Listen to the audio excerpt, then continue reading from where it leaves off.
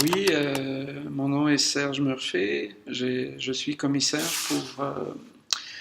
pour un projet initié par le Conseil culturel françaiscois. Ce projet veut favoriser la plus grande visibilité, en fait, des artistes françaiscois. J'agis un peu comme mentor auprès d'eux. J'accompagne leur démarche de création pendant quelques temps. À la fin, il y aura une exposition qui aura lieu en Saskatchewan et à Montréal.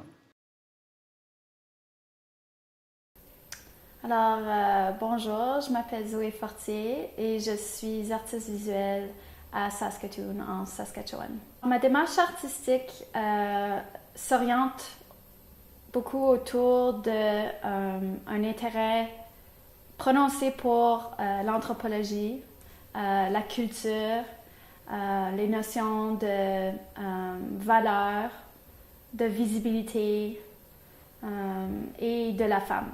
Donc, souvent, mon travail porte un œil critique de la construction identitaire, de l'évolution culturelle. Et je fais tout ça souvent avec un certain montant d'humour. Je produis des œuvres dans plusieurs médiums et avec des approches parfois différentes. En ce moment, je travaille sur un livre graphique humoristique qui porte sur l'hiver et le fait que je déteste l'hiver. Un autre projet sur lequel je travaille porte plutôt sur le travail des apiculteurs. Mon père était apiculteur quand on habitait, ma famille et moi, à Zidon Park, en Saskatchewan. Et j'ai voulu faire une étude de ce travail-là, qu'est-ce que ça voulait dire pour mon père, pour ma famille, pour valoriser à la fois le travail de ces abeilles-là qu'on ne voyait pas et aussi pour valoriser ce travail-là, celui des apiculteurs qu'on connaît pas beaucoup. Alors, dans le cadre du projet du Conseil culturel françaiscois, on va avoir une exposition qui s'appelle La vie fragile.